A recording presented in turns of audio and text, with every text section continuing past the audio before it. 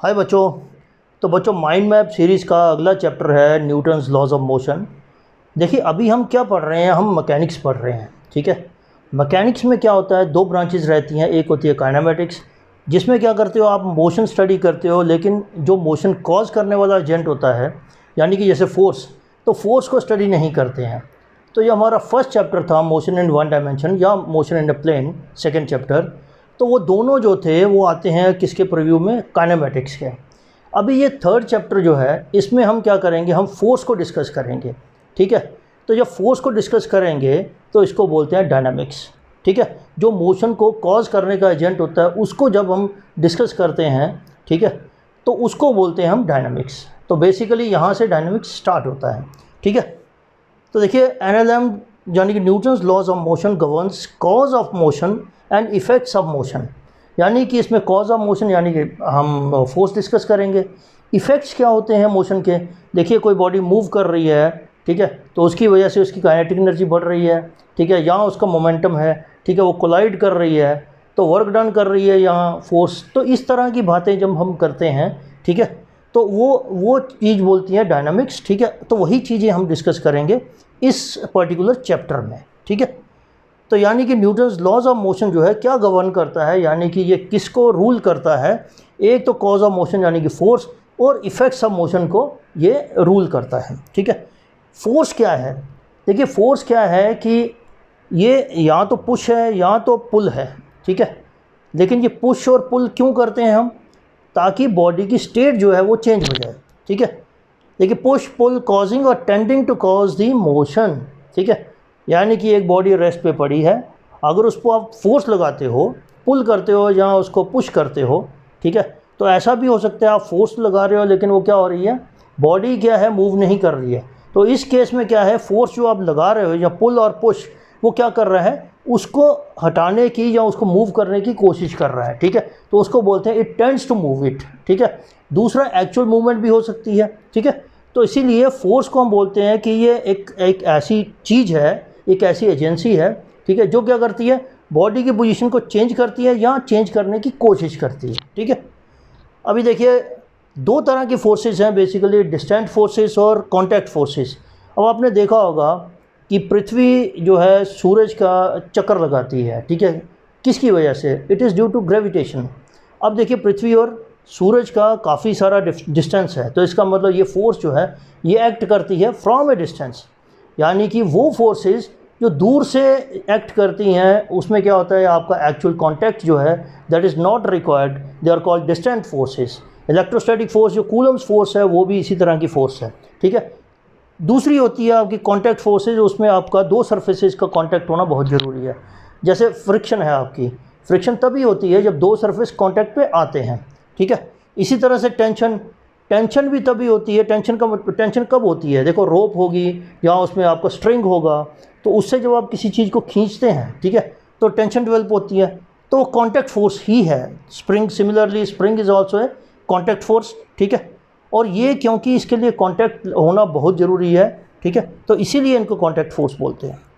अब इनर्शिया क्या होता है, देखिए आपने देखा होगा ये बोर्ड है, ठीक है, ये बोर्ड अपने आप में हिल नहीं रहा। ठीक है, क्यों नहीं हिल रहा है, क्योंकि भाई इस पे जो फोर्सेस लग रही होंगी या तो वो उनका नेट इफेक्ट ज़ीरो होगा। ठीक है, या मैं इसको दूसरी तरह से ऐसे बोल सकता हूँ कि भाई इसकी बोर्ड की जो है ना मर्जी नहीं है हिलने की, वो कहता है मैं ऐसे ही शांत हूँ, हम हैं मस्त राम, ठीक है, हम रहेंगे मस्ती में, आग लगे बस्ती में।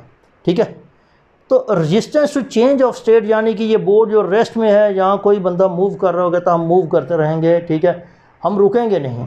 ठीक है, तो इस मनमर्जी को, ठीक है, इस टेंडेंसी को या इस प्रॉपर्टी को किसी भी बॉडी की, उसको बोलते हैं इनर्शिया।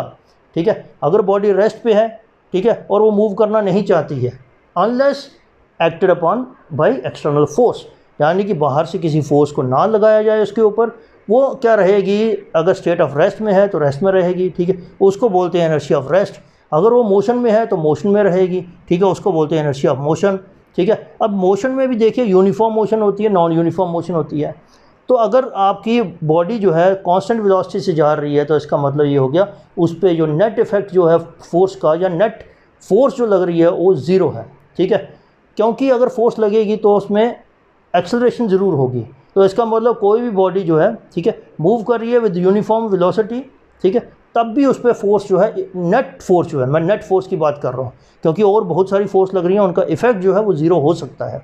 ठीक है, मैं नेट फोर्स की बात कर रहा हूँ। नेट फोर्स जब भी पॉजिटिव होगी, ठीक है, तो उसमें क्या होगा, एक्सेलरेशन होगी, वो यूनिफॉर्म वेलोसिटी से मूव नहीं कर सकती है। ठीक है, ऑफ डायरेक्शन यानी कि एक बॉडी स्ट्रेट लाइन में जा रही है, ठीक है, वो अपनी डायरेक्शन जो है चेंज नहीं कर सकती है जब तक कि कोई फोर्स उसके ऊपर एक्ट ना की जाए। ठीक है, तो ये टेंडेंसी यानी रेस्ट में जो चीज़ है वो रेस्ट में रहेगी, मोशन में है जो मोशन में रहेगी, सीधी लाइन में एक डायरेक्शन में जा रही है तो एक ही डायरेक्शन में रहेगी, इसको बोलते हैं इनर्शिया। ठीक है, और इनर्शिया जो है उसको मेज़र कैसे किया जाता है, यानी कि एक बॉडी है रेस्ट पे, छोटी बॉडी है 10 kg का, उस पर जो फोर्स लगाओगे और जो 20 kg की बॉडी है उस पर जो फोर्स लगाओगे, देखो दोनों में फ़र्क है ना। बड़ी बॉडी को उसकी स्टेट चेंज करने के लिए हमें ज़्यादा फोर्स चाहिए। ठीक है, तो इसका मतलब क्या हो गया, मास ऑफ द बॉडी क्या बताता है आपको कि उसमें इनर्शिया कितना है। ठीक है, मोमेंटम क्या है, मोमेंटम भाई जब कोई बॉडी मूव करती है उसमें कितनी मोशन है, ठीक है, उसको हम बोलते हैं momentum. Momentum is a vector quantity, क्योंकि ये क्या होता है, it is a product of mass and velocity. Velocity क्या है, वेक्टर क्वांटिटी। ठीक है, यूनिट्स इसके kg मीटर पर सेकेंड है, ये आपके डायमेंशन है, बहुत आसान है। ठीक, न्यूटन्स फर्स्ट लॉ क्या कहता है, न्यूटन्स फर्स्ट लॉ क्या कहता है कि भाई कोई भी जो बॉडी है, देखो मैं जो बोल रहा हूँ उसको भी आप नोट करते जाना, यहाँ बहुत सारी चीज़ें लिखी नहीं जा सकती हैं, और ये तो आप स्क्रीनशॉट ले लेना, साथ में जो मैं बोलता हूँ उसको भी आप उसके भी नोट्स बना देना। ठीक है, तो न्यूटन्स फर्स्ट लॉ क्या कहता है कि कोई भी बॉडी अगर वो रेस्ट में है या मोशन में है या एक पर्टिकुलर डायरेक्शन में जा रही है तो वो उसी स्टेट में रहेगी जब तक कि कोई बाहरी फोर्स उस पर एक्ट ना की जाए। ठीक है, तो अगर फोर्स जो है वो ज़ीरो है, external force, there is no force, if there is no force then no change of state of the body. ठीक है, तो इसका मतलब क्या हो गया कि जब भी आपकी एक्सटर्नल फोर्स ज़ीरो होगी, एक्सेलरेशन ज़ीरो होगी। ठीक है, क्यों, क्योंकि वेलोसिटी चेंज हो नहीं पाएगी in the absence of force. तो ये आपको जो है फर्स्ट लॉ क्या देता है, फर्स्ट लॉ हमें ये बताता है कि फोर्स एक ऐसी एजेंसी है, ठीक है, जो क्या करती है, किसी भी बॉडी की जो स्टेट ऑफ इनर्शिया है ना उसको चेंज करती है। तो अब देखिए इसमें फोर्स में हम कोई इसमें मेज़रमेंट तो आ नहीं रही है कि कितनी फोर्स लगेगी किस बॉडी पे। ठीक है, इसकी बात तो हम कर नहीं रहे।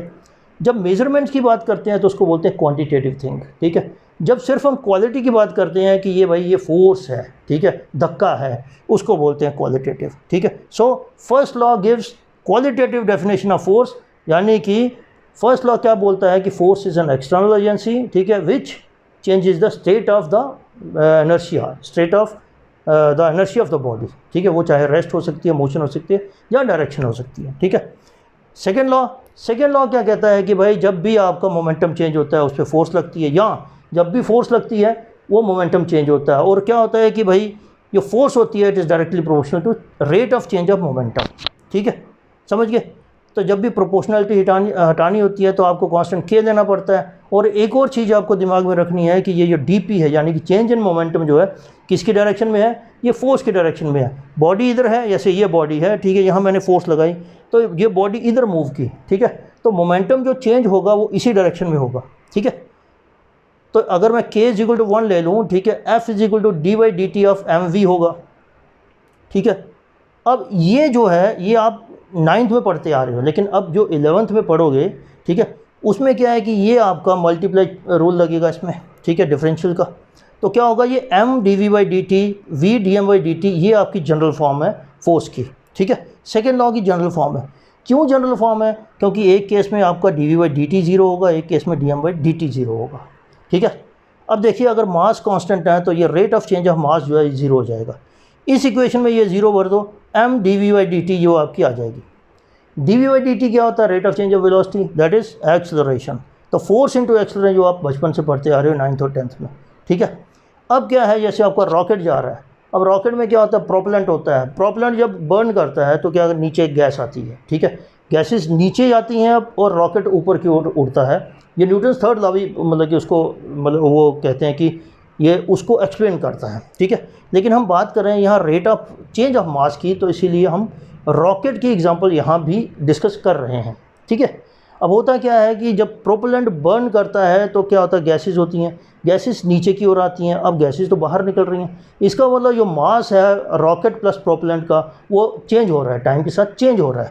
तो ऐसे जो केसेस होते हैं उनमें क्या होता है आपका जो वेलोसिटी तो कांस्टेंट है, लेकिन क्या होगा मास जो है आपका, रेट ऑफ चेंज ऑफ मास जो है, ठीक है, वो आपका पॉजिटिव रहेगा, ठीक है, मतलब पॉजिटिव जो और नेगेटिव रहेगा वो एक अलग बात है, बट चेंज होगा, ठीक है। अब देखिए कन्वेयर बेल्ट, देखो कन्वेयर बेल्ट क्या होती है कि आपको जैसे अपने पट्टे देखे होंगे, ठीक है, और पुल्ली के ऊपर उसको रोटेट करते हैं, कोई भी मटेरियल जैसे कोयला है पावर स्टेशन में, थर्मल पावर स्टेशन में, उसमें जो है कोयला उस पर डालते हैं, वो आगे ट्रांसपोर्ट होता है, और टाइम के अनुसार जो है वो मास जो है उसका बढ़ता जाता है, ये आगे गया, उसके पीछे एक और आया, ढेर आया, ठीक है, इस तरह से वो सारा का सारा उसमें ट्रांसपोर्ट होता रहता है और मास उसका चेंज होता रहता है, ठीक है। तो ये क्वेश्चन है कि फोर्स, ये वेक्टर, देखो ये वेक्टर फॉर्म में है, ठीक है, एक्सेलरेशन जो है वो आपकी स्केलर फॉर्म में है, ठीक है। तो आपके पास क्या है, एफ है, ए है, मास निकालना है आपको, ठीक है। अब मास तभी निकल सकता है क्योंकि ये स्केलर क्वांटिटी, अगर मैं इनको स्केलर फॉर्म में लाऊं, तो स्केलर फॉर्म में लाने का मतलब क्या है, इसका हमें मैग्नीट्यूड निकालना पड़ेगा, ठीक है। मैग्नीट्यूड जो वेक्टर्स में हमने पहले पढ़ा है कि भाई मैग्नीट्यूड क्या होता है, इसका स्क्वायर प्लस इसका स्क्वायर प्लस इसका स्क्वायर अंडर रूट, ठीक है। तो फोर्स का मैग्नीट्यूड ये हो जाएगा डिवाइडेड बाई आपका एक्सेलरेशन हो जाएगा, ये मास, ये दिस इज़ मास, ठीक है, ये आप देख लेना, ये मास है, ठीक है। तो मास ये हो जाएगा, ये एक्सेलरेशन है, ठीक है। जब आप सॉल्व करोगे रूट 100 का, ये रूट 2 ये हो जाएगा अपना 20 डिवाइडेड बाई रूट 2, हाँ ये पूरा, हाँ 100 हो जाएगा अंदर, ठीक है, तो ये 10 हो जाएगा, ठीक है। अब ये तो केस था जब आपका ये वाला केस था, यानी कि आपका मास चेंज नहीं हो रहा है, ठीक है। ये दूसरा क्वेश्चन जो है वो इसका क्वेश्चन है, ठीक है, आपका मास जो है चेंज हो रहा है। अब क्या है कि वाटर जेट है एक, वो इसको स्ट्राइक कर रहा है 5 kg ब्लॉक को, ठीक है। अब जो जेट की जो रिलीजिंग वाटर जो है वो कितना रिलीज़ कर रहा है 1 सेकेंड में, 3 kg पर सेकेंड। देखिए kg क्या मास का यूनिट है, टी एस क्या है, सेकेंड क्या है, टी का है, इसका मतलब dm/dt आपको दिया हुआ है, ठीक है। वेलोसिटी आपकी जेट की वेलोसिटी दी हुई है 4 मीटर पर सेकेंड, ठीक है। आपको निकालनी है ए इनिशियल, यानी कि जब उसने स्ट्राइक किया, तो जब स्ट्राइक किया तो वो रेस्ट से मोशन में आया, तो इसका मतलब एक्सेलरेशन कोई प्रोड्यूस होगी, ठीक है। अब वो निकालनी है आपको। हमारे पास रिलेशन क्या है, force is equal to this into dm/dt, ठीक है। फोर्स किसके बराबर हो जाएगी, ठीक है, 4 × 3, ठीक है, ये dm/dt, देखिए फोर्स यहाँ दी गई थी, ये सॉरी नहीं, वेलोसिटी यहाँ दी गई है, ठीक है। तो ये वेलोसिटी 4 हो गया इंटू 3 इंटू ये हो गया आपका 12 न्यूटन, ठीक है। निकालना क्या है हमें, acceleration, force divided by mass होगा 12/5 2.4 मीटर पर सेकेंड, ठीक है, ओके। तो बच्चों ये एक और क्वेश्चन है, देखो ये मास 5 kg का दिया है, यहाँ से फोर्स अप्लाई हो रही है, लेकिन ये कैसे हो रही है, एट सम एंगल, यानी कि ये एंगल जो है 60 डिग्री है, किसके साथ, इसके साथ, ठीक है। हमें निकालनी है एक्सेलरेशन। देखिए एक्सेलरेशन जो है वो आप दो तरीके से निकाल सकते हो, दो कंपोनेंट होते हैं, ठीक है। अब ये एक तो इसका कंपोनेंट ये है, तो ये इस तरफ तो ये जा नहीं सकती क्योंकि ये ग्राउंड है, ठीक है। अब एक्सेलरेशन किस साइड होगी, जिस साइड बॉडी मूव करती है, ठीक है। तो बॉडी तो इधर ही मूव कर सकती है, तो हमें ये वाला कंपोनेंट निकालना पड़ेगा। तो ये कंपोनेंट इसका जो है, ये ऊपर वाला ये हो जाएगा cos थीटा, तो ये वाला कंपोनेंट हो जो है, ये इसकी डायरेक्शन ये है, ये वाला कंपोनेंट sin 60 हो जाएगा sin थीटा। तो इसको सॉल्व करोगे 5√3 आपका आ जाएगा, ठीक है। इसी तरह से फोर्स आपको दी है, आपको मोमेंटम निकालना है, इसमें आपको इंटीग्रेशन करनी पड़ेगी। आपके पास रिलेशन क्या है, force is equal to rate of change of momentum, delta p किसके बराबर हो जाएगा, F/dt, ये दिया है आपको, इसको इंटीग्रेट करेंगे, ये आ जाएगा, वैल्यूज़ पुट करेंगे 0 to, but still this is in vector form, ठीक है। वेक्टर फॉर्म को हमें क्या करना है, देखो मास तो है स्केलर आपका, ठीक है, सॉरी ये इसका हमें निकालना है मैग्नीट्यूड। तो ये आपका वेक्टर फॉर्म में है, तो वेक्टर फॉर्म में जब कोई चीज़ होती है उसका मैग्नीट्यूड निकालने के लिए क्या करना पड़ता है, √x², x कंपोनेंट का स्क्वायर, y कंपोनेंट का स्क्वायर, तो ये आपका √80 आ गया, which is approximately equal to 9 kg। अब आगे रिजल्टेंट फोर्स, देखिए एक बॉडी पे अगर बहुत सारी फोर्सेज लग रही हैं तो रिजल्टेंट फोर्स क्या होती है, वो उसकी होती है कि उसका जो वेक्टर सम वो जो होता है, यानी कि vector addition of all the forces, ठीक है, तो उसको बोलते हैं हम रिजल्टेंट फोर्स। अब रिजल्टेंट फोर्स जो है अगर ज़ीरो हो, ठीक है, उसको बोलते हैं बैलेंस फोर्स, यानी कि ये बॉडी है, इसके ऊपर एक फोर्स इधर लग रही है, एक फोर्स इधर लग रही है, ठीक है, दोनों अगर बराबर होंगी तो ही ये रिजल्टेंट फोर्स ज़ीरो होगी। तो जब रिजल्टेंट फोर्स ज़ीरो होती है तो एक्सेलरेशन इज़ ज़ीरो, ठीक है। अनबैलेंस फोर्स क्या होती है, जब आपकी रिजल्टेंट फोर्स जो है ज़ीरो नहीं होती है, नॉन ज़ीरो होती है, ठीक है। इसका मतलब दो अपोजिट फोर्स अगर लें तो दोनों डिफरेंट होंगी, इक्वल नहीं हो सकती हैं, ठीक है। तो ये F2 है, F1 है, तो दो केस हो सकते हैं। एक केस में F1 जो है वो इससे बड़ा है, ठीक है, F1 जो है F2 से बड़ा है, तो बॉडी इस साइड मूव करेगी। देखो बॉडी मूव करती है, ये नोट करने की चीज़ है, क्योंकि आगे आपको ये उसमें पुलिस में आपको काम आएगा, ठीक, कांटेक्ट जो बॉडीज़ इन कांटेक्ट होती है उसमें काम आएगा, ठीक है। तो ये बहुत ज़रूरी है समझना कि बॉडी किस साइड मूव करती है, जिस साइड नेट फोर्स होती है, यानी कि अगर दो फोर्सेस हैं, बड़ी फोर्स की साइड मूव करेगी। If F1 is greater than F2, ठीक है, बॉडी मूव करेगी F1 की ओर। If F2 is greater than F1, ठीक है, बॉडी मूव करेगी F2 की ओर, लार्जर फोर्स की ओर, ठीक है। जैसे ये क्वेश्चन है, ठीक है, ये 2 kg की बॉडी है, दो फोर्सेस लग रही हैं, देखो दोनों ऑपोजिट डायरेक्शन में, ए निकालना है हमें। नेट फोर्स क्या होती है, दोनों का वेक्टर एडिशन, ठीक है। तो ये देखिए, ये इधर है, ये इधर है, तो बड़ी कौन सी है, 10 Newton, 10 - 2 divided by 2, 4 metre per second square. तो किस साइड जाएगी, टूवर्ड्स बड़ी जो फोर्स होगी। बड़ी फोर्स कौन सी है, F1, इसको मतलब बॉडी ऐसे मूव करेगी, ठीक है। अब हमने देखना है कि भाई ये P और T का मोमेंटम और टाइम का जो ग्राफ है उसका क्या देता है, अपना स्लोप जो है वो क्या देता है। तो मैंने आपको बहुत बार बताया है कि जब भी स्लोप की बात होती है, ठीक है, तो वो क्या होता है, डिफरेंशियल होता है, यानी कि dp/dt या dx/dt, ठीक है। तो किस तरह से काम करता है, जिस तरह से डिवीज़न काम करती है, ठीक है। तो मोमेंटम डिवाइडेड बाय टाइम क्या होता है, फोर्स होती है। तो उसी तरह से किसी भी पॉइंट पे जो आपका स्लोप है, ठीक है, टेंजेंट है, ठीक है, वो आपको देता है फोर्स, यानी कि PT का ग्राफ जो है उसका स्लोप जो होता है वो देता है फोर्स। इम्पल्स क्या होती है, बहुत ज़्यादा फोर्स जो है वो मतलब कि कम टाइम पे लगे, जैसे बैट पे बॉल लगती है, ठीक है, बहुत फोर्स होती है लेकिन बहुत कम टाइम के लिए, ठीक है, उसको बोलते हैं इम्पल्स। तो इम्पल्स का फार्मूला ये है FDT, ठीक है, DI = FDT। FDT जो है आपने देखा dp/dt = फोर्स, ठीक है। तो FDT किसके बराबर हो जाएगा, चेंज इन मोमेंटम। तो इसका मतलब ये हो गया, इम्पल्स जो होती है बेसिकली चेंज इन मोमेंटम होती है। टोटल इम्पल्स निकालनी है over a period of time, हम इंटीग्रेट करेंगे, ठीक है। तो still it is change of momentum, ठीक है। तो यही हमने लिखा है। अब FT ग्राफ यानी कि फोर्स और टाइम का ग्राफ जो है, ठीक है, वो क्या देता है हमें। दो केसेस हो सकते हैं, एक होती है फोर्स कांस्टेंट है विद टाइम, यानी ये फोर्स देखिए ये चेंज नहीं हो रही है, ये कांस्टेंट है। इस केस में क्या होता है, देखो फोर्स जब भी हम इंटीग्रेट करते हैं, ठीक है, जब हम एरियाज़ निकालते हैं, ठीक है, तो एरियाज़ जो है वो किस तरह से काम करता है, वो आपका प्रोडक्ट की तरह काम करता है, ठीक है। अगर मेरे को एरिया निकालना होगा किसी ग्राफ का, तो दोनों कोऑर्डिनेट का मैं प्रोडक्ट कर दूंगा। जैसे ही F × T, तो मेरे को पता है F × T किसके बराबर होता है, यहाँ देखिए F × T किसके बराबर है, इम्पल्स के बराबर है, ठीक है। तो अगर फोर्स कांस्टेंट है, ठीक है, तो ये क्या होगा, कोई ज्योमेट्रिकल फिगर बनेगी, यानी कि कोई स्क्वायर बनेगा, कोई रेक्टेंगल बनेगा, कोई अपना ट्राइंगल बनेगा। तो इस केस में हम क्या करेंगे, जो एरिया अंडर कर्व होगा उसको ज्योमेट्रिकली फाइंड कर लेंगे, यानी कि जो हमें पता है स्टैंडर्ड शेप्स का। लेकिन फोर्स वेरिएबल भी हो सकती है, देखिए फोर्स यहाँ कुछ हो रहा है, यहाँ कुछ हो रहा है, यहाँ कुछ हो रहा है, यानी कि टाइम के साथ वेरी कर रही है। इस केस में आपको इंटीग्रेट करना पड़ेगा, छोटा एक एलिमेंट लेना पड़ेगा dt, ठीक है, फिर FDT, ठीक है, उसको आप इंटीग्रेट करोगे इस टाइम इंटरवल में T1 और T2, ठीक है, तो आपकी इम्पल्स आ जाएगी व्हेन फोर्स इज़ वेरिएबल, ठीक है। तो बच्चों एक और क्वेश्चन है ये इम्पल्स का। तो इसमें हमें ये देखो फोर्स, ये फोर्स है, ये टाइम है, ये ग्राफ दिया गया है, हमें निकालनी है इम्पल्स, ठीक है। कैसे निकालेंगे भाई, इसमें देखो इम्पल्स क्या होती है, एरिया अंडर FT कर्व, ठीक है।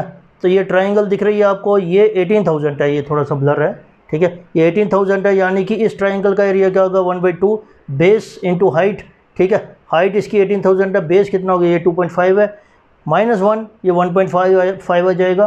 तो ये आपकी इम्पल्स आ जाएगी। अब इम्पल्स तो मेरे पास आ गई, मेरे को अगर इसमें फोर्स निकालनी है, F एवरेज निकालनी है, FT किसके बराबर होता है, इम्पल्स के बराबर। तो इम्पल्स अपॉन टाइम क्या हो जाएगा, फोर्स के बराबर हो जाएगा। तो ये इम्पल्स थी, टाइम कितना 1.5, 9000 न्यूटन ये आ गया। तो इस तरह से ग्राफ के क्वेश्चन किए जाते हैं। आगे आता है कि law of conservation of linear momentum. देखो ये ज़रूरी है आपके लिए जानना कि लीनियर मोमेंटम, क्योंकि मोमेंटम दो तरीके के होते हैं, एक एंगुलर होता है, एक लीनियर होता है। तो इसको बिल्कुल अपना क्लियर रख लेना दिमाग में कि ये दो डिफरेंट चीज़ें हैं, ठीक है। तो यहाँ सिर्फ मोमेंटम लिखना जो है वो थोड़ा सा ठीक नहीं है, तो इसलिए इसको आप उसको लीनियर मोमेंटम लिखो। तो इसका मतलब क्या है कि अगर एक सिस्टम का मतलब ये होता है कि जैसे दो पार्टिकल हैं, मैंने अगर अपना ध्यान जो है उसी पे ऑब्ज़र्व करने में लगाया है, तो दैट इज़ माई सिस्टम, यानी कि जिस चीज़ पे फोकस किया जाता है आपका ध्यान, ठीक है। तो जो ऑब्जर्वेशन का जो विषय होता है उसको बोलते हैं हम ये सिस्टम, ठीक है। तो किसी भी सिस्टम पे अगर एक्सटर्नल फोर्स 0 होती है, ठीक है, तो F एक्सटर्नल फोर्स अगर 0 होगी तो F किसके बराबर है, dp/dt, ठीक है। तो इसका मतलब d p by d t is equal to zero, ठीक है। तो इसका मतलब ये हो गया डी पी जो है change in momentum is equal to zero. तो जब कोई किसी चीज़ में चेंज जो है ज़ीरो हो जाती है, इसका मतलब क्या है, वो चीज़ कांस्टेंट हो जाती है, that is why P is constant, ठीक है। अगर दो बॉडी सिस्टम है, ठीक है, तो क्या है कि अगर बॉडी का मोमेंटम है P1, दूसरी का है P2, तो दोनों का जो मिला के जो मोमेंटम होगा वो हमेशा कांस्टेंट रहेगा, ठीक है। तो इसका एक हेड ऑन कोलिजन है। देखिए कोलिजन हम जो प्रॉपर तरीके से हम उसको एक और अपना लेक्चर में करेंगे उसको कवर, ठीक है, किसी दूसरे लेक्चर में, उसमें आपको ऑब्लिक कोलिजन और हेड ऑन कोलिजन जो पूरा डिटेल में बताया जाएगा, ठीक है। ये सिर्फ ये कंजर्वेशन ऑफ लीनियर मोमेंटम को ये जो समझने के लिए ये यहाँ दिया गया है, ठीक है। दो बॉडीज़ हैं, M1 है M2 है, ये मूव कर रही हैं, ठीक है, एक U1 और U2 से कर रही है। देखो अगर ये U2 ज़्यादा होगी तो ये इसको पकड़ ना पाएगी, इसका मतलब ये हो गया इस केस में हमने एज्यूम किया है कि U1 is greater then U2, ठीक है। अब ये है, ये बिफोर कोलिजन है, ये जब कोलिजन हो रही होती है, ठीक है, ये फोर्सेस डेवलप हो रही हैं, these are as per Newton's law, ठीक है, न्यूटन्स थर्ड लॉ जो हम आगे करेंगे, ठीक है। अभी इसके बारे में सोचने की ज़रूरत नहीं है। ये कोलिजन के बाद क्या होता है, इनकी वेलोसिटी चेंज हो जाती है। ये फाइनल वेलोसिटी इसकी V1 है, इसकी V2 है। तो जब मेरा सिस्टम अब क्या हो गया, दो बॉडीज़ का सिस्टम है which are M1 and M2, ठीक है। अब क्या है, as per law of conservation of momentum, इस पे अगर एफ एक्सटर्नल ज़ीरो है, नेचुरली इस पे एक्सटर्नल फोर्स नहीं है, ठीक है, तो क्या होगा, टोटल इनिशियल मोमेंटम वो क्या होगा, mass into velocity, initial velocity. तो ये आपका M1 U1 plus M2 U2 जो है आपका total initial momentum of both the particle है। और इसी तरह से ये फाइनल वेलोसिटी के साथ आप इसको मासेज को मल्टीप्लाई करोगे तो आपको टोटल फाइनल मोमेंटम आ जाएगा। तो एज़ पर COLM आपका क्या होगा, ये initial total initial momentum is equal to total final momentum, ठीक है। अब ऐसा भी हो सकता है कि मोशन जब है आपकी यूनिफॉर्म वेलोसिटी से चल रही है, इसका मतलब क्या होता है, एक्सेलरेशन ज़ीरो है। यहाँ इसका मतलब क्या होता है कि जब फोर्स ज़ीरो होती है तो एक्सेलरेशन ज़ीरो होती है। यहाँ इसको हम ऐसे बोल सकते हैं, व्हेन फोर्स इज़ ज़ीरो, ठीक है, body moves with uniform velocity, यानी कि कांस्टेंट वेलोसिटी से मूव करती है। तो हमने फर्स्ट लॉ में क्या पढ़ा था कि भाई जब फोर्स लगती नहीं है तो बॉडी अपनी एक ही वेलोसिटी से चलती रहती है, ठीक है। तो अब हमने क्या देखा, ये क्या अराइव कर लिया हमने सेकेंड लॉ से जो है फर्स्ट लॉ जो है डिराइव कर लिया। यानी कि सेकेंड लॉ में हम क्या देखते हैं, force is equal to mass into acceleration, ठीक है। अब मैं बोलता हूँ कि भाई फोर्स जब ज़ीरो है तो एक्सेलरेशन ज़ीरो हो जाएगी, एक्सेलरेशन ज़ीरो हो जाएगी, इसका मतलब वेलोसिटी कांस्टेंट रहेगी, विच इज़ फर्स्ट लॉ, ठीक है। कंजर्वेशन, देखिए एक चीज़ और याद रखने का है कि ये कंजर्वेशन ऑफ मोमेंटम जो है उस डायरेक्शन में रहता है जिस डायरेक्शन में फोर्स ज़ीरो रहती है। अगर x डायरेक्शन में फोर्स ज़ीरो है तो px कांस्टेंट होगा, y में है ज़ीरो तो py कांस्टेंट होगा, z में है तो pz कांस्टेंट होगा। रॉकेट प्रोपल्शन का देखो क्वेश्चन कभी कभी आता है, ठीक है। इसमें दो तीन चीज़ें जानने की ज़रूरत है आपको। देखिए इसका जो गैसेस हैं वो डाउनवर्ड एक्ट करेंगी क्योंकि गैसेस निकलेंगी, उसका इजेक्ट होंगी, ठीक है। उसकी वजह से एक अपवर्ड थ्रस्ट होगा। थ्रस्ट किसको बोलते हैं, ये जो थ्रस्ट है, ठीक है, यानी कि जो इसको अपवर्ड खींच के लेके जा रहा है, ठीक है। वेट इसका जो रॉकेट का है वो रॉकेट प्लस जो भी आपका इसमें प्रोपेलेंट है उसका पूरा वेट जो है नीचे की ओर एक्ट करता है, ठीक है। वी रिलेटिव जो है गैसेस की velocity with respect to your rocket, ठीक है। दो केस हो सकते हैं, एक तो रॉकेट जो है वो ऊपर की ओर जा रहा है, ठीक है, एक्सेलरेट कर रहा है। देखो ऐसा एक चीज़ ये दिमाग में बिठा लो, ये आगे काम आएगी, बहुत इंपॉर्टेंट चीज़ है बच्चों। जब भी कोई चीज़ किसी डायरेक्शन में एक्ट करती है, एक्सेलरेट करती है, जैसे ऊपर की ओर एक्सेलरेट कर रही है, तो इसका मतलब ये है नेट फोर्स जो है वो ऊपर की ओर जा रही है, ठीक है। इसका मतलब ये है कि ऊपर की ओर की जो फोर्सेस हैं they are larger than the downward forces, ठीक है। तब मैंने ये फर्स्ट केस में ये है कि ये ऊपर की ओर जा रही है एक्सेलरेट होते हुए विद एक्सेलरेशन a, इसका मतलब उसका जो है फोर्स कितनी होगी, m इंटू a, ठीक है। तो यानी कि ये ऊपर की ओर जा रही है, इसका मतलब ये जो नेट इफेक्ट है ये इस तरह से होना चाहिए कि upward force should be less than the upward force should be greater than the downward force. तो अपवर्ड फोर्स कौन सी है, ये थर्स्ट है, ठीक है। mg तो नीचे एक्ट कर रहा है, इसका मतलब ये ऊपर की ओर है तो यही तभी ऊपर की ओर जाएगी अगर ये पॉजिटिव होगा, ठीक है। It should be equal to mass into acceleration, ठीक है। अगर ये रॉकेट जो है ये एक्सेलरेट नहीं कर रहा है, यूनिफॉर्म वेलोसिटी से जा रहा है, यानी कि a is equal to zero, a is equal to zero भर दो, ठीक है। तो ये thrust is equal to mg के बराबर होगा। एक क्वेश्चन है उसमें मास ऑफ द रॉकेट है 600 kg, ठीक है। रिलेटिव वेलोसिटी ऑफ गैसेज है 1000 मीटर पर सेकेंड, मेरे को dm/dt निकालना है। हमने एज्यूम किया है कि ये जो रॉकेट है it is moving with constant velocity, ये लिखा हुआ है मूविंग विद कांस्टेंट वेलोसिटी, ठीक है। इसका मतलब a is equal to zero, relation कौन सा लगेगा, दिस, ठीक है। तो ये क्या है, ये thrust is equal to mg dm/dt, यानी कि rate of change of mass किसके बराबर होगा, ये आपने वैल्यूज़ भर दी। 600 उसका मास ऑफ रॉकेट है, into 10 acceleration due to gravity, divided by 1000 क्या होगा आपकी रिलेटिव वेलोसिटी ऑफ गैसेस, ठीक है, तो 6 kg/s आ जाएगा, ठीक है, ओके। तो बच्चों आप देखते हैं ये थर्ड लॉ ऑफ मोशन। देखिए सिंपल सा ही है कि to every action there is equal and opposite reaction, ठीक है। अगर दो बॉडीज़ हैं, ये ए और बी आपस में कांटेक्ट है इनका, तो ए जो है बी को फोर्स लगा रही है, बी जो है ए को लगा रही है, ठीक है। एफ बी ए का मतलब ये होता है force on B due to A, F A B का मतलब होता है force on A due to B. तो एज़ पर न्यूटन्स लॉ ये आपका दोनों फोर्सेस बराबर होनी चाहिए और इक्वल मतलब अपोजिट होनी चाहिए, ठीक है। तो एक और चीज़ है कि हम कोई भी फोर्स जो है वो आप आइसोलेटेड सिंगल फोर्स नहीं बना सकते हैं। Forces always they present in pairs, ठीक है। तो अगर मैं ए एक्शन मान लूँ, आर रिएक्शन मान लूँ, देखिए ये एक्शन और रिएक्शन उस तरह से नहीं है कि ए एक्शन ने कुछ किया उसके बाद रिएक्शन हुआ, तो ये रिएक्शन भी पहले हो सकता है, एक्शन बाद में भी हो सकता है, ठीक है। तो ये उस तरह से नहीं है, बस ये नाम दिए गए हैं दो फोर्सेस का, ठीक है। तो ये दोनों चीज़ें जो है ना, ये एक्शन और रिएक्शन दोनों अलग अलग बॉडी पे लगती हैं। जैसे ए बॉडी ने इसके ऊपर फोर्स लगाई, अब ये बी बॉडी जो है ये इसके ऊपर फोर्स लगाएगी, यानी कि एक फोर्स बी पर लग रही है, एक फोर्स ए पे लग रही है। अगर दोनों फोर्सेस बी पे लगती या दोनों फोर्सेस ए पे लगती, अब दोनों फोर्सेस क्या है, इक्वल एंड ऑपोजिट हैं, तो फिर तो कैंसिल हो जाती हैं, ठीक है। लेकिन ऐसा होता नहीं है, दोनों फोर्सेस जो है अलग अलग बॉडी पे लगती हैं, इसीलिए ये दोनों cancel, they do not cancel each other, ठीक है। और ये ऐसा नहीं है कि एक्शन पहले होता है, ठीक है, या रिएक्शन बाद में होता है, तो दोनों जो है वो कभी भी हो सकते हैं, ठीक है। एक और पॉइंट है इसका कि अगर एक्शन नहीं है तो रिएक्शन नहीं है, रिएक्शन नहीं है तो एक्शन नहीं है, यानी कि एक फोर्स अगर एक्ट नहीं होती है दूसरी डेवलप नहीं होती है, ठीक है। अब फोर्सेज इन इक्विलिब्रियम ये मेन टॉपिक है, इसमें हम देखेंगे रिजोल्यूशन ऑफ फोर्सेज, ये आप पढ़ चुके हो वेक्टर्स में, ठीक है। अगर कोई इंक्लाइंड वेक्टर है, ठीक है, दो एक्सिस हैं तो उसके दो कंपोनेंट हो गए, तीन एक्सिस हैं तो तीन कंपोनेंट हो गए, ठीक है। जैसे ये फोर्स है इंक्लाइंड एट थीटा, तो जो थीटा के साथ है horizontal component F cos theta हो जाएगा, एफ साइन थीटा हो जाएगा। जैसे ये क्वेश्चन है, ठीक है, 45 दिया है, थीटा एफ इज़ 8 न्यूटन, तो हॉरिजॉन्टल कंपोनेंट क्या होगा 8 कॉस ऑफ 45, ठीक है। सॉल्व करोगे 4√2 आ जाएगा। वर्टिकल कंपोनेंट जो है साइन थीटा, अब इस केस में क्या है ना 45 है, साइन 45 और कॉस 45 दोनों सेम होते हैं, इसलिए ये दोनों वैल्यू सेम आ रही हैं, ठीक है। अब ये है, ये इंक्लाइंड प्लेन है, देखो इसमें आपको बहुत ध्यान से देखना पड़ेगा और एक टेक्निक सीखनी पड़ेगी। एक टेक्निक क्या है, ये थीटा जो होता है और ये जो थीटा होता है, देखिए ये इसका वेट एक्ट कर रहा है, ठीक है। अगर इसके परपेंडिकुलर मैं लगाऊं, यानी कि ये जो आपका ब्लॉक है इसके मैं परपेंडिकुलर लूं, तो इन दोनों के बीच में यही थीटा होता है, यही टेक्निक है, ठीक है। तब ये वेट इधर एक्ट कर रहा है, ठीक है। तो जो इस साइड है जो है ये वाला कंपोनेंट जो होगा, ठीक है, इन दोनों में थीटा है तो क्या होगा कॉस थीटा। इधर वाला कंपोनेंट जो होगा वो क्या होगा साइन थीटा, क्योंकि देखो ये और ये परपेंडिकुलर हैं, तो आपने सॉल्व किया इसको तो ये आप आंसर निकाल सकते हो, ठीक है।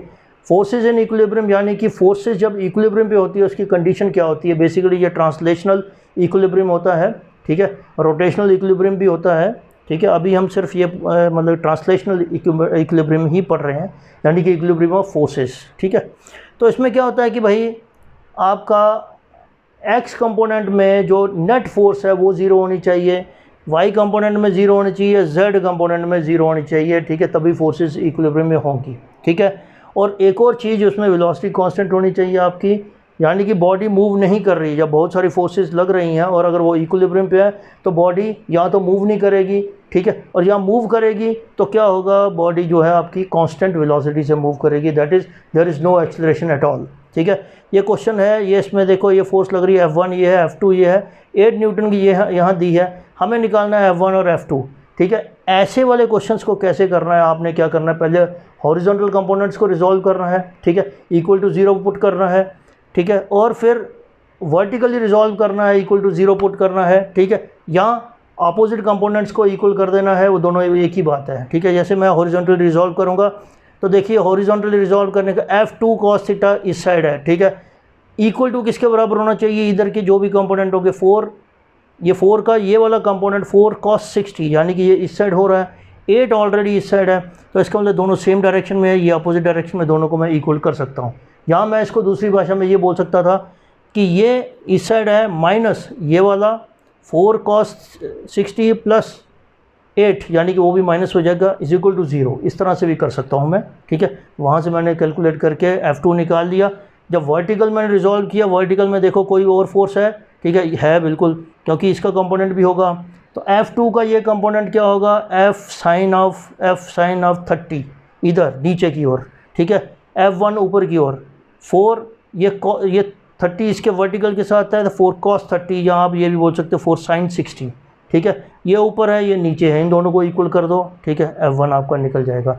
फिर एक और कॉन्सेप्ट आता है लैमिज थ्योरम। लैमिज थ्योरम क्या बोलती है कि एक बॉडी पे अगर 3 फोर्सेस लग रही हैं और वो इक्विलिब्रियम में है, ठीक है, तो क्या होता है, एक रिलेशन है कि भाई जो फोर्स है कोई भी डिवाइडेड बाई उसका अपोजिट एंगल, ठीक है, उसका साइन, ठीक है, ये सारे इक्वल रहते हैं। यानी कि F1 divided by sine of opposite angle, यानी कि F1 के अपोजिट एंगल ये है दूसरी दो फोर्सेस के बीच में, इज इक्वल टू F2 दूसरी दो फोर्सेस के बीच में जो एंगल है उसका साइन, ठीक है। फिर F3 दूसरी जो फोर्सेस है यानी कि उसके अपोजिट एंगल जो है, ठीक है, उसका साइन, ठीक है। ये एक रिलेशन रहता है, दिस इज लैमिज थ्योरम, ठीक है। और डिफरेंट तरह की फोर्सेस जो होती हैं ये जानना बहुत ज़रूरी है, क्योंकि जब आप पुलिस करोगे, मासेस जो कनेक्टेड बॉडीज़ होती हैं उनको करोगे, स्ट्रिंग्स के साथ जो बॉडीज़ होती हैं उनको करोगे, ठीक है, तो वो उसके लिए ये कॉन्सेप्ट्स बनना बहुत ज़रूरी है, ठीक है।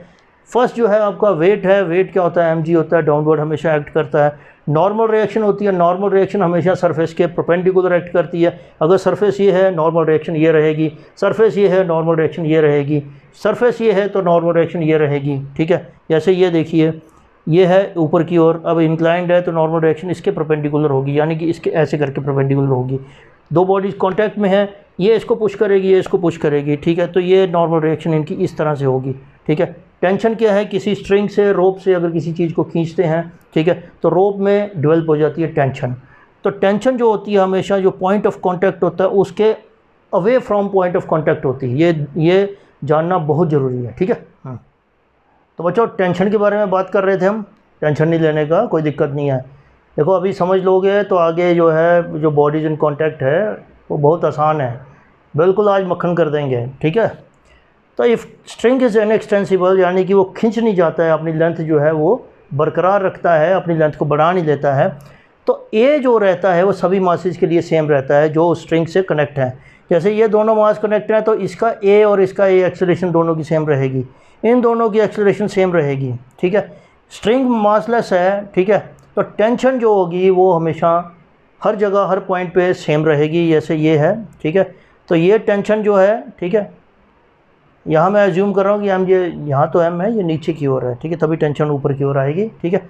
हर जगह टेंशन जो है वो क्या है, वो सेम है। देखिए यहाँ एक और एजम्पशन ली है कि स्ट्रिंग और पुली के बीच में फ्रिक्शन जो है निल है, ठीक है। अगर फ्रिक्शन है पुली के बीच में और स्ट्रिंग मासलेस है तो क्या होगा, इस पोर्शन में टेंशन डिफरेंट होगी, इस पोर्शन में टेंशन डिफरेंट होगी, लेकिन यहाँ से यहाँ तक सेम रहेगी, यहाँ से यहाँ तक सेम रहेगी, ठीक है। अगर फ्रिक्शन है पुली और स्ट्रिंग के बीच में और मास इसका है अपना स्ट्रिंग का मास भी है, ठीक है, तो हर पॉइंट पे जो टेंशन है डिफरेंट रहेगी। देखो यहाँ T4 है, T3 है, यहाँ T1 है, T2 है, ठीक है। इस केस में क्या था, यहाँ सेम थी, यहाँ सेम थी, अब सब जगह डिफरेंट है, ठीक है। स्प्रिंग फोर्स क्या होती है, स्प्रिंग को अगर हम खींचेंगे तो क्या होगा, स्प्रिंग उसको जो फोर्स है उसके अगेंस्ट एक अपनी फोर्स लगाएगा, ठीक है, opposite to the applied force, उसी को हम स्प्रिंग फोर्स बोलते हैं। वो माइनस होती है, ठीक है, नेगेटिव होती है, ठीक है। तो ये माइनस kx इसका एक्सप्रेशन है। कंप्रेस करेंगे तो आउटवर्ड रहेगी, ठीक है। फ्री बॉडी डायग्राम क्या होती है कि बॉडी के ऊपर जितनी भी फोर्सेस लग रही हैं उनको आपने एक मतलब उनको आइडेंटिफाई करना है और उनको डायग्राम पे रिप्रेजेंट करना है। जैसे ये है, ठीक है, तो इस पर ये फोर्स लग रही है, इसका अपना वेट इधर है, तो इसकी वजह से रिएक्शन भी है क्योंकि ये सरफेस के ऊपर है। अब दोनों बॉडीज़ कांटेक्ट में है तो इसका मतलब कांटेक्ट फोर्स भी है, ठीक है। तो हमने इंडिपेंडेंटली इन दोनों की फ्री बॉडी डायग्राम बना दी, ठीक है। ये इसका F है, ये यहाँ अगर ये वाला मास लेंगे तो ये F है, ठीक है, mg इसका है, N1 ये रिएक्शन है, ये जो है इनका कांटेक्ट फोर्स है, ये दोनों सेम रहेंगी, ठीक है। इसी तरह से इसका भी जो है फ्री बॉडी डायग्राम हमने बना दी, ठीक है। अब आपने लिफ्ट प्रॉब्लम देखी है बेटा, लिफ्ट प्रॉब्लम में एक चीज़ याद रखने की है जो बहुत इंपॉर्टेंट है, वो आप समझ गए ट्रिक तो आपको सारी लिफ्ट की सारी प्रॉब्लम्स आ जाएंगी। देखो एक चीज़ है कि एक तो इंसान का अपना वेट है जो कि mg होता है, it is always acting downward, ठीक है। बंदा जो है लिफ्ट में है, लिफ्ट में किसके ऊपर खड़ा है? वेइंग मशीन के ऊपर। वेइंग मशीन जो है एक नॉर्मल रिएक्शन देती है, तो नॉर्मल रिएक्शन जो होता है वो एपरेंट वेट है, यानी कि लिफ्ट के ऊपर नीचे जाने से जो वेट चेंज होता रहता है, ठीक है, वो कौन बताएगा? वो बताएगा बेटा n, नॉर्मल रिएक्शन। ये आपको समझ में आ गया तो आपके सारी लिफ्ट की जो प्रॉब्लम्स है हल हो जाएंगी, ठीक है। एक और चीज़ याद रखने की है जो मैं बार बार बोल रहा हूँ, जिस डायरेक्शन में मोशन होगी तो उसी डायरेक्शन में आपने देखना है कि जो फोर्स है उसी डायरेक्शन में होनी चाहिए, ठीक है। यानी कि अगर दो फोर्सेस हैं, मोशन ऊपर हो रही है तो ये ऊपर वाली जो फोर्स है, ठीक है, वो बड़ी होनी जानी चाहिए, बड़ी होनी चाहिए जो डाउनवर्ड फोर्स है, ठीक है। फॉर एग्जांपल देखिए ये लिफ्ट है, ठीक है, यहाँ क्या है? नॉर्मल रिएक्शन क्या है? ये बंदा है वेइंग मशीन के ऊपर, इसका वेट mg है, नीचे की ओर कर रहा है। वेइंग मशीन जो है वो रिएक्शन दे रही है ऊपर की ओर, नॉर्मल रिएक्शन, लिफ्ट मूव कर रही है ऊपर की ओर, लिफ्ट मूव कर रही है ऊपर की ओर। इसका मतलब क्या है कि आपकी नेट फोर्स जो है वो ऊपर की ओर होनी चाहिए, लेकिन यहाँ तो दो फोर्सेस हैं, एक नीचे की ओर एक ऊपर की ओर। इसका मतलब ऊपर की ओर जो फोर्स है वो ज़्यादा होनी चाहिए, तो उसमें से जो नीचे की फोर्स है वो माइनस करनी है ताकि नेट मूवमेंट आपकी ऊपर की ओर दिखे। तो देखिए ये बड़ी होगी, ये छोटी होगी, तभी तो ये ma ऊपर आएगा, ठीक है। तो ये आपका n माइनस एम जी, क्योंकि ये n ऊपर है, माइनस एम जी। और n माइनस एम जी हमने क्यों लिखा? mg माइनस n क्यों नहीं लिखा? क्योंकि n हमें बड़ा चाहिए, क्योंकि तभी ऊपर जाएगी मोशन, ये याद रखना है, ठीक है। तो देखो क्या है, हम मेरा n जो है mg प्लस a आ गया, ठीक है। तो g प्लस a आ गया, इसका मतलब g से बड़ा हो गया, इसका मतलब एपरेंट वेट जो है यानी कि n जो है it is greater then the original wait, ठीक है। इसी तरह से दूसरे केस में बॉडी नीचे की ओर आ रही है विद एक्सेलरेशन a, अब नीचे की ओर आ रही है, इसका मतलब वेट जो है ज़्यादा होना चाहिए। तो इसका मतलब जब मैं माइनस प्लस करूँगा तो वेट माइनस n होगा इज इक्वल टू ma, ठीक है। और इस केस में क्या होगा? वेट आपका जो एपरेंट वेट है it is less than the actual wait, ठीक है। थर्ड केस में क्या है? कांस्टेंट वेलोसिटी से ऊपर जा रही है, तो जब कांस्टेंट वेलोसिटी से ऊपर जा रही होती है तो क्या होगा? जा तो ऊपर ही रही है, तो इसका मतलब ऊपर वाली फोर्स कौन सी? n, नीचे वाली कौन सी? mg, तो इसका मतलब n माइनस एम होगा, ठीक है, is equal to ma। Velocity constant है, a इज इक्वल टू 0, इसका मतलब n is equal to mg। इसका मतलब एपरेंट वेट जो है आपका वो क्या है? ओरिजिनल वेट के बराबर है। चौथा केस क्या है कि आपकी लिफ्ट जो है फ्री फॉल कर रही है, यानी कि a is equal to g, नीचे की ओर जा रही है, ठीक है। इसका मतलब mg जो है वेट जो कंपोनेंट है वो ज़्यादा है, उसमें से n माइनस होगा, ठीक है।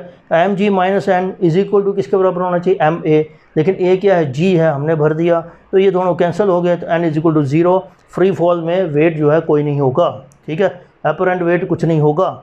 फिफ्थ केस में क्या है? लिफ्ट जो है ऊपर जा रही है लेकिन विद माइनस a, तो क्या होगा? ऊपर वाली फोर्स n है, नीचे वाली mg है, ठीक है। बड़ी कौन सी होनी चाहिए? ऊपर वाली n minus m g should be equal to ma, लेकिन माइनस साइन है, ठीक है। तो इस केस में क्या होगा? आपका जो वेट है वो उस तरह से एक्ट करेगा जिस तरह से बॉडी नीचे जा रही है विद एक्सेलरेशन a, यानी कि it is less than the actual wait, ठीक है। अब ये बड़ा मज़ेदार केस है, बॉडी जो है वो नीचे जा रही है लेकिन जा कैसे रही है? उसकी एक्सेलरेशन जो है g से बड़ी है, ठीक है। अब नीचे जा रही है तो mg बड़ा होना चाहिए, तो mg माइनस n होना चाहिए इज इक्वल टू ma होना चाहिए, तो क्या होगा? a की जगह तो a ही आएगा, तो एक्सप्रेशन आपका आएगा mg माइनस a। अब देखिए अगर a g से बड़ा है तो ये जो आपकी क्वांटिटी है ये नेगेटिव हो जाएगी, नॉर्मल रिएक्शन नेगेटिव हो जाएगी। इसका मतलब क्या होगा? इस केस में जो बंदा है लिफ्ट के विद रिस्पेक्ट टू वो ऊपर उठ जाएगा, बिल्कुल ऊपर नहीं उठ जाएगा, ठीक है। तो लिफ्ट से वो ऊपर उठेगा और कहाँ जाके स्टिक करेगा? ऊपर छत में जाके स्टिक कर जाएगा, ठीक है। ओके, तो बच्चों अभी हम करेंगे मोशन ऑफ कनेक्टेड बॉडीज़ या bodies in contact.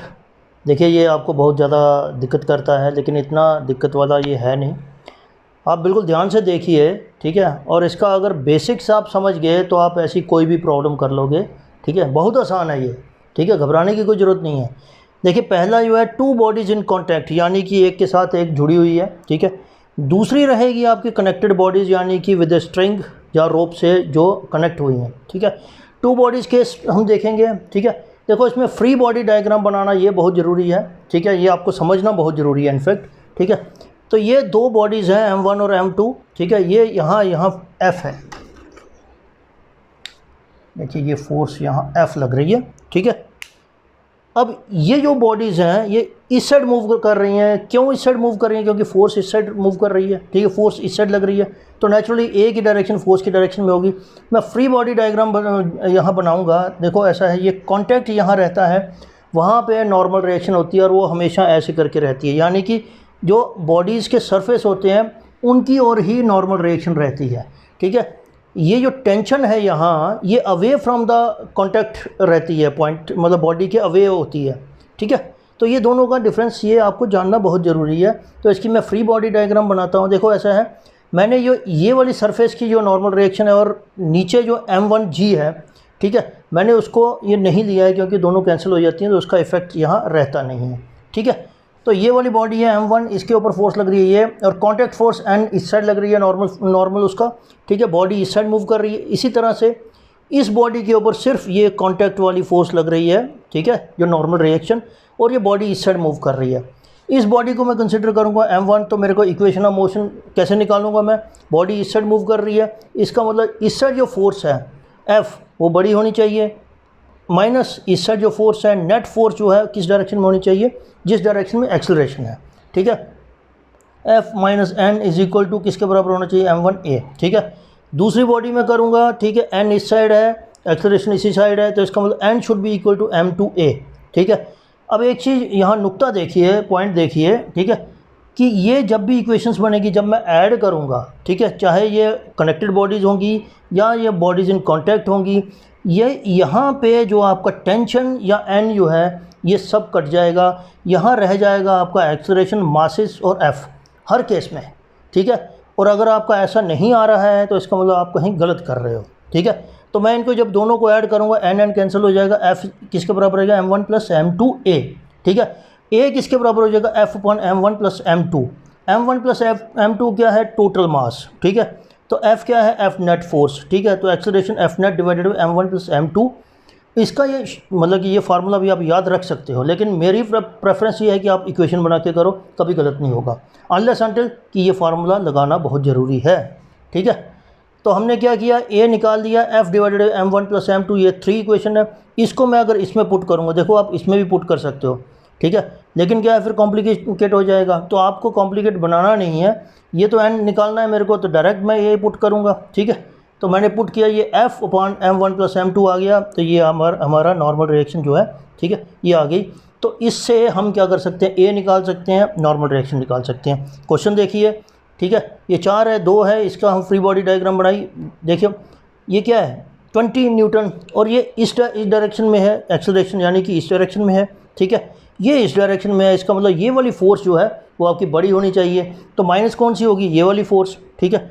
20 minus N, इसकी अगर मैं इक्वेशन बनाना चाहूँ, 20 minus n is equal to 4 into a, mass into acceleration होगा, ठीक है। 20 माइनस एन 4 इंटू ए, यानी कि 4 kg मास के लिए 2 जो है, ठीक है, इसके ऊपर ये कॉन्टैक्ट फोर्स का नॉर्मल लग रहा है, ठीक है। डायरेक्शन किस साइड है? एक्सेलरेशन की इस साइड। देखिए एक्सेलरेशन की डायरेक्शन वो सेम रहेगी, ठीक है, और एक्सेलरेशन जो है इसको हम कॉमन एक्सेलरेशन भी बोलते हैं, क्योंकि ये दोनों बॉडीज़ के लिए या सारी भी बॉडीज़ जो कॉन्टैक्ट में रहेगी उनके लिए एक्सेलरेशन सेम रहेगी, ठीक है। इसका क्या होगा? नॉर्मल 2 इंटू ए, ठीक है, मास इंटू एक्सेलरेशन। इन दोनों को मैं ऐड करूँगा तो देखो ये कट गया, ये फोर्स आ गई 6 से, ए इज इक्वल टू 20.6। आप इसको ऐसे भी कर सकते थे, a is equal to force divided by total mass. Force कितना है? 20 न्यूटन, टोटल मास कितना है? 4 + 2, ठीक है, 6, ऐसे भी कर सकते हो। तो यहाँ जो वैल्यू आ गई, आपने क्या किया? 2 में पुट कर दी। 2 में जब पुट की तो 2 इंटू 20.6, तो ये आ गया आपका 20.3, ठीक है। अब 3 बॉडीज़ कॉन्टैक्ट में हो सकती हैं। 3 बॉडीज़ जब ये फोर्स लग रही है, देखो इस बॉडी और इस बॉडी में जो नॉर्मल रिएक्शन है, यानी कि जो कॉन्टैक्ट फोर्स की वजह से नॉर्मल है, वो सेम रहेगा। कोई देखो 2 सरफेसेस के बीच में वो सेम रहता है, ठीक है, लेकिन 2 डिफरेंट सरफेसेस होंगे, मतलब कि जैसे ये और ये, इनके बीच में एक कॉमन सरफेस है, तो जो कॉमन सरफेस है यहाँ जो है नॉर्मल सेम रहेगा। ये एक और कॉमन सरफेस है, इसके बीच में जो नॉर्मल है वो दोनों का सेम रहेगा, ठीक है। यानी कि इसके इस साइड और इस साइड दोनों डिफरेंट चीज़ें होंगी, यानी कि इस साइड n2 होगा, इस साइड इसका n1 होगा। फ्री बॉडी डायग्राम में देखते हैं, ठीक है। m1 मैंने बनाया, m1 में क्या लग रहा था? आपका f, ठीक है, और कॉन्टैक्ट फोर्स इधर लग रही है, ठीक है, ये देखिए, इस पे ये दोनों ऑपोजिट होंगी, ठीक है, ये दोनों अपोजिट होंगी और दोनों सेम रहेंगी, N1 N1 N2 N2, ठीक है। अब इसमें क्या लग रहा है, ये बहुत इंपॉर्टेंट है, ठीक है, ये जानना बहुत इंपॉर्टेंट है। इस पर दो अपोजिट नॉर्मल रिएक्शन लग रही हैं, ठीक है। तो N1 और N2 इधर जा रही है, यहाँ सिर्फ N2 लग रहा है। इक्वेशन बनाने के लिए क्या करना पड़ेगा मेरे को, M1 का अगर मैं देखूँ तो फोर्स इधर वाली बड़ी होनी चाहिए, N1 छोटी है, F minus N1 is equal to M1A, ठीक है, M1 इंटू A। इस पे कौन सी फोर्स लग रही है, इस साइड वाली ज़्यादा बड़ी होनी चाहिए, माइनस N2 होना चाहिए, तो किसके बराबर होना चाहिए, M2 इंटू A के बराबर होना चाहिए। वो फोर्स इस साइड लग रही है, N2 should be equal to M3A। अब देखो ये तीन बॉडीज़ हैं, यहाँ दो थी और मैंने बोला जब ऐड करोगे तो ये सारी चीज़ें नॉर्मल रिएक्शंस कट जाएंगी, F रह जाएगा। तो ये देखो इनको ऐड किया, N1 कट गया, N2 कट गया, तो F आ गया। A का एक्सप्रेशन सेम आ गया कि force net force divided by total मास, ठीक है। तो ये हमारा एक्सप्रेशन आ गया 4। इसको हमने यहाँ पुट किया तो N2 का ये एक्सप्रेशन आ गया, ठीक है। N2 को हमने अगर यहाँ पुट करेंगे तो N1 का एक्सप्रेशन आ जाएगा, ठीक है। तो इस तरह से हम क्या निकाल पाएंगे, N1 N2 यानी कि normal reaction due to contact force, ठीक है, वो, और आपका एक्सेलरेशन यानी कि कॉमन एक्सेलरेशन, ठीक है। अब कनेक्टेड बॉडीज सेम प्रिंसिपल है, द ओनली थिंग इज़ कि आपका ये टेंशन जो है, ठीक है, यहाँ जो कॉन्टैक्ट फोर्स की वजह से नॉर्मल था वो टूवर्ड्स बॉडी सरफेस लगता था। ये देखो ये बॉडी की सरफेस की साइड है, ये बॉडी की सरफेस की साइड है, ठीक है, ये बॉडी की सरफेस की साइड है। यहाँ टेंशन जो होती है, ठीक है, स्ट्रिंग होता है तो टेंशन हमेशा बॉडी के सरफेस के अवेव रहती है, ठीक है। जैसे ये देखिए टू कनेक्टेड बॉडीज़, ठीक है, ये है फोर्स लग रही है, एक्सेलरेशन इस साइड है, इस केस में भी एक्सेलरेशन सेम रहेगी दोनों बॉडीज़ की, ठीक है। अगर मैं M1 लूँ, FBD इसकी बनाऊँ तो क्या होगा, फोर्स इस साइड है और ये एक्सेलरेशन इस साइड है, इसका मतलब F बड़ी होनी चाहिए, उसमें से दूसरी फोर्स माइनस होगी, तो F minus T should be equal to M1A। इसी तरह से ये जो M2 है, M2 के ऊपर तो सिर्फ T लग रहा है ना, ठीक है, तो M2A should be equal to T is equal to M2A। इस केस में भी जब मैं ऐड करूँगा तो T जो है कैंसिल हो जाएगा। सेम चीज़ A आ जाएगी F अपॉन मासेस का सम यानी कि F net divided total mass. इसी तरह से इसको मैं पुट करूँगा, इसमें टेंशन मैं निकाल सकता हूँ, ठीक है। आगे क्वेश्चन भी करते हैं। तो बच्चों कनेक्टेड बॉडीज़ जो स्ट्रिंग से हैं उनका एक और केस है जब तीन बॉडीज़ जो हैं वो कनेक्टेड रहती हैं। देखिए हम इसको अब क्वेश्चन की फॉर्म में कर रहे हैं, आप जनरल करके आपको बहुत ज़्यादा समझ में नहीं आएगा, एक्चुअल जब क्वेश्चन की फॉर्म में करोगे तो आपको बिल्कुल क्रिस्प क्लियर हो जाएगा, ठीक है। तो देखिए ये 4 kg 2 kg 1 kg फोर्स इसमें अप्लाई कर रही है 14 न्यूटन। आपको फ्री बॉडी डायग्राम बनानी है। अब देखिए इस साइड फोर्स है, इसका मतलब एक्सेलरेशन इस साइड होगी और एक्सेलरेशन सबकी 1 2 4 तीनों की एक्सेलरेशन सेम रहेगी। हमें निकालना क्या, कॉमन एक्सेलरेशन और टेंशन, ठीक है। टेंशन देखिए अब हमने क्या पढ़ा था कि जब एक स्ट्रिंग से कोई 2-3 बॉडीज़ अगर अटैच होती हैं, 2 ही हो सकती हैं, ठीक है, तो उन दोनों में टेंशन सेम रहेगी। दूसरे स्ट्रिंग से करेंगे तो दूसरे स्ट्रिंग में वो टेंशन सेम रहेगी, लेकिन ये दोनों टेंशन्स डिफरेंट होंगी। ये एक स्ट्रिंग है, ये दूसरा स्ट्रिंग है, यहाँ इसलिए T2 है, इसमें T1 है, ठीक है, ये T1 है, सॉरी इसको आप T1 कर दो क्योंकि दोनों सेम रहेंगी, ठीक है।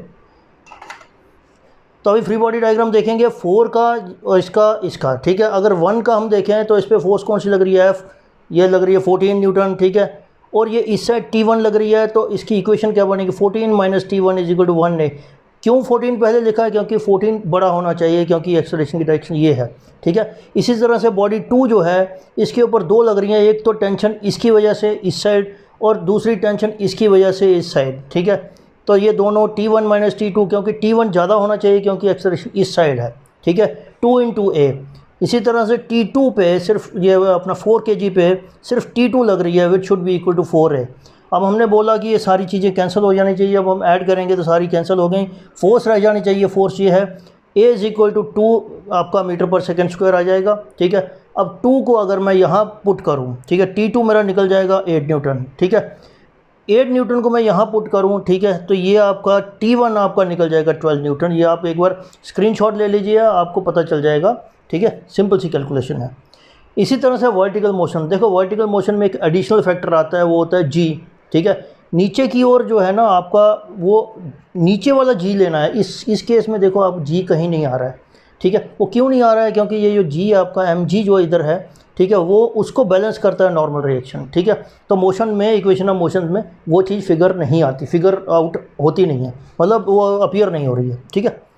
अब देखो ये है, ठीक है, ये 3 मासेज कनेक्टेड हैं, फोर्स लग रही है ऊपर की ओर, इसका मतलब इसकी एक्सेलरेशन ऊपर की ओर है। फ्री बॉडी डायग्राम बनाएंगे। ये जो 2 है, देखो इसका अपना वेट नीचे की ओर एक्ट करेगा, ठीक है। इन दोनों के बीच में टेंशन रहेगी, ठीक है, टेंशन इस साइड। देखो टेंशन जो है always away from the surface, ठीक है। ये T1 रहेगा, इसकी इक्वेशन क्या बनेगी, 200 ऊपर है, -T1 - 2G, 200 - T1 - 2G का मतलब 2 × 10 2A हो जाएगा। इसकी क्या हो जाएगी, इसके ऊपर T1 लग रही है और इसकी वजह से T2 नीचे की ओर लग रही है, ठीक है। इसका मतलब ये हो गया T1 - T2 - 3G, यानी कि 3 × 10 30 should be equal to 3 × A। Acceleration ऊपर की ओर है। इसके ऊपर क्या लग रहा है, इसके ऊपर भाई T2 लग रही है ऊपर की ओर, mg जो है नीचे की ओर है 5G, T2 - 50 5 × 10 = 5 × A। इनको मैं ऐड करूँगा, ये T1 T2 ये सारे कैंसिल हो जाने चाहिए, यही हमने सीखा है, ठीक है। तो कैंसिल हो गए, A की वैल्यू यहाँ आ गई 10 मीटर/सेकंड स्क्वायर, ठीक है। 10 मीटर/सेकंड स्क्वायर अगर मैं इस इक्वेशन में भर दूँ, ठीक है, तो मेरा T2 निकल जाएगा। T2 जब मैंने निकाल दिया 100, मैं यहाँ पुट करूँगा तो 130, 3 × 10 30, 160 हो जाएगा T1, ये ऐसे, ठीक है। तो बेटा ये बहुत सिंपल है, लेकिन आपको इक्वेशन जो है वो सही तरीके से बनानी है, ठीक है। अब पुली सिस्टम में आइडियल पुली क्या होती है, मासलेस होती है, फ्रिक्शनलेस होती है। पुली का काम क्या है, वो डायरेक्शन को चेंज करती है, किसकी, फोर्स को, फोर्स की डायरेक्शन को चेंज करती है। लेकिन बेटा ये है, ये आपकी टेंशन को चेंज नहीं करती है, टेंशन रिमेन सेम। एक ये केस 1 है, ठीक है, इसमें क्या है, 2 मास लटके हुए हैं, ठीक है, एक ही स्ट्रिंग है, ठीक है। तो इसमें टेंशन दोनों साइड जो सेम रहेगी। आपको अगर एक्सेलरेशन की डायरेक्शन दी है तो ठीक है, नहीं दी है तो क्या करना है आपको, ये सिंपल कॉमन सेंस है, जिस साइड बड़ा वेट है उसी की डायरेक्शन में आपकी एक्सेलरेशन होएगी, ठीक है। ये 2 kg है, 4 kg है, 4 kg बड़ा है, इधर की ओर एक्सेलरेशन होगी तो ये बॉडी ऊपर की ओर जाएगी, यहाँ वाली, ठीक है। अगर मैं 2 kg की फ्री बॉडी देखूंगा, या मैं उसमें इक्वेशन बनाऊंगा, फ्री बॉडी मन में बना लो, आप ऐसे भी बना सकते हो, कोई दिक्कत नहीं है, ठीक है। 2 kg के लिए क्या होगा, T ऊपर है, 2G नीचे है, लेकिन जा किस साइड रही है, ऊपर की ओर, तो T जो है बड़ा होना चाहिए 2G से, किसके बराबर होना चाहिए, मास इंटू एक्सेलरेशन 2 × A। इसी तरह से ये 4G, ये नीचे की ओर जा रहा है, एक्सेलरेशन भी नीचे की ओर है, इसका मतलब 4G should be more than T, इसका मतलब 4G - T should be equal to mass into acceleration 4 × A। दोनों को ऐड किया, इसका मतलब ये हमारा T कट जाना चाहिए, कट गया, ठीक है। तो हमारा ये 2G रह गया, A = 20/6। इसको मैं अगर इसमें पुट कर दूं तो मेरा अपना T जो है, टेंशन हमारी निकल जाएगी 26.67, ठीक है। इसी तरह से ये दूसरा केस है। अब इसमें क्या है, देखो पहले तो ये दोनों चीज़ें जो है ना वो लटक रही थी, ठीक है। तो इसका मतलब ये है, यहाँ भी G का इम्पैक्ट था, यहाँ भी G का इम्पैक्ट है। ये सरफेस जैसे ही आ जाता है तो G का इम्पैक्ट ख़त्म हो जाता है, ठीक है। अब क्या है, ऐसे है, ठीक है। अब 5 kg बड़ा है 2 kg से, इसका मतलब एक्सेलरेशन जो नीचे की ओर होगी, यानी कि towards higher of the mass, ठीक है। अब मैं इसको निकालना क्या, कॉमन एक्सेलरेशन, कॉमन टेंशन, ठीक है। अब अगर 2 kg का मास देखूं मैं, ठीक है, ये वाला, तो इसके ऊपर कौन सी फोर्स लग रही है, सिर्फ टेंशन लग रही है, ठीक है। टेंशन इसको कहाँ धकेल रही है, आगे की ओर, यानी कि 2 × मास into acceleration, T = 2A। 5 kg वाला ये नीचे जा रहा है, खुद टेंशन ऊपर की ओर है, लेकिन जा कहाँ रहा है, नीचे की ओर। इसका मतलब 5G जो है, उसका वेट जो है, it should be more than T। 5G - T, ठीक है, किसके बराबर होना चाहिए, मास इंटू एक्सेलरेशन के बराबर, 5 × A।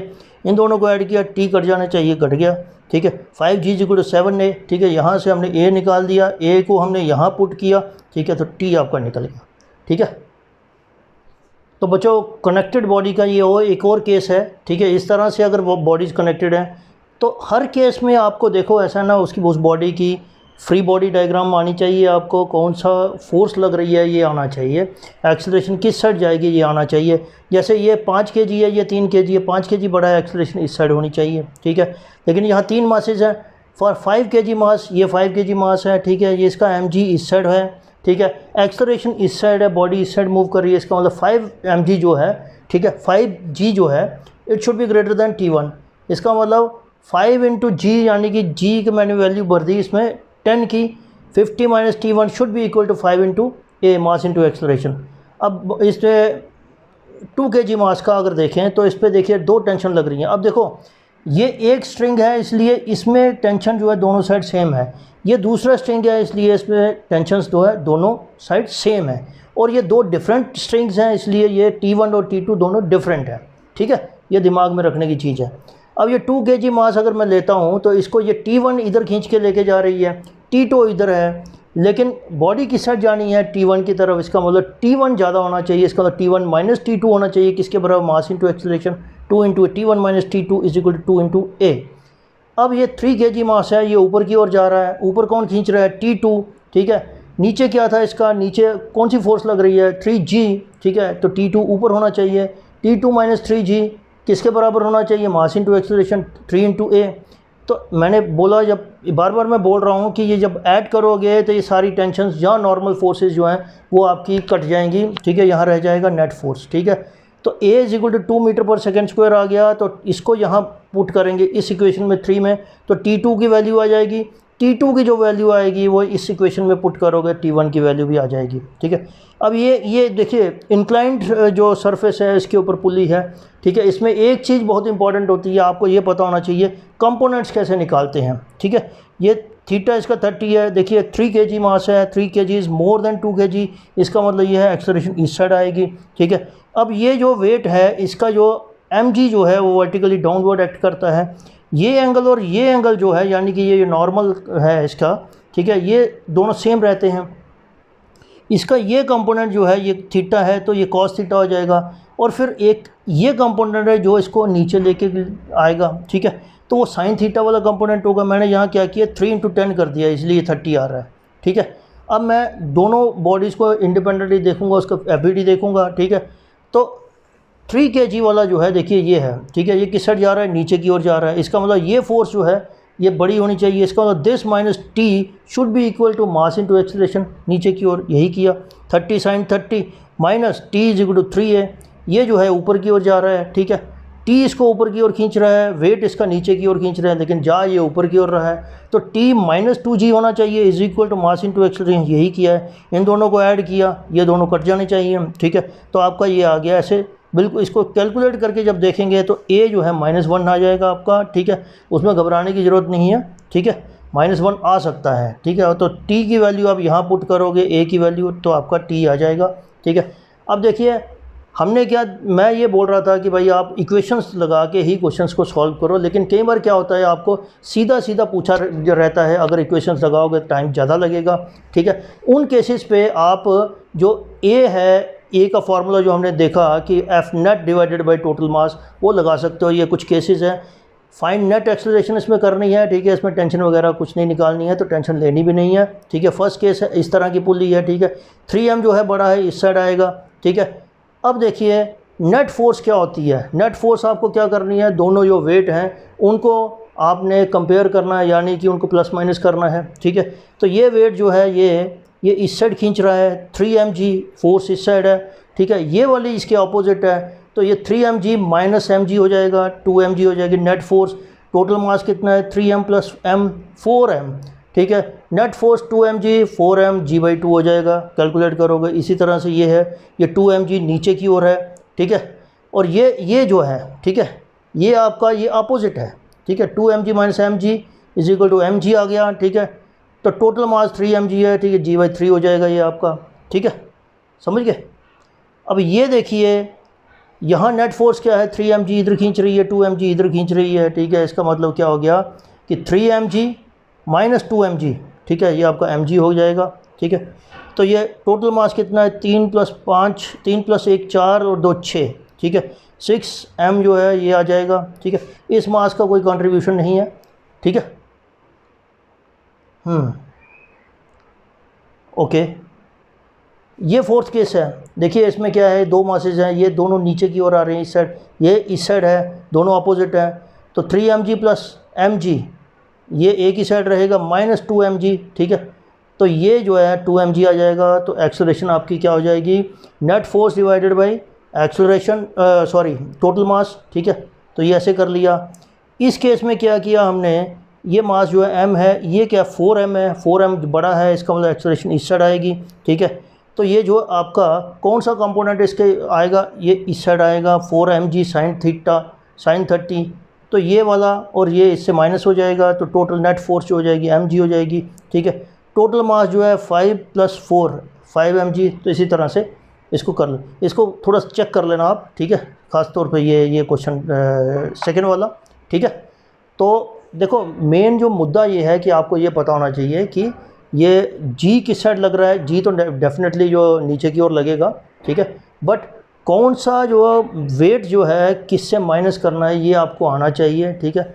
तो आप ये एक्सप्रेशन आराम से निकाल सकते हो, ठीक है। बट अगर इस तरह से क्वेश्चन डायरेक्ट ना आए, ठीक है, और अगर आपको सॉल्व करना पड़ जाए तो बेटा ऐसा है इक्वेशन बना के सॉल्व करना ज़्यादा आसान रहता है, ठीक है। तो ये चैप्टर हमने ऑलमोस्ट पूरा कंप्लीट कर लिया, इनफैक्ट पूरा ही कंप्लीट कर लिया। इसमें फ्रिक्शन बचा है, ठीक है। तो फ्रिक्शन हम सर्कुलर मोशन के साथ करेंगे क्योंकि ये काफ़ी लंबा चैप्टर हो जाएगा, ठीक है, और ये बहुत कॉम्प्लेक्स चैप्टर लगता है बच्चों को, तो हमने बहुत आसान तरीके से समझा दिया है, ठीक है। तो टेंशन नहीं लेने का, चिल मारो, तैयारी करो बढ़िया से, ठीक है। Okay, thank you.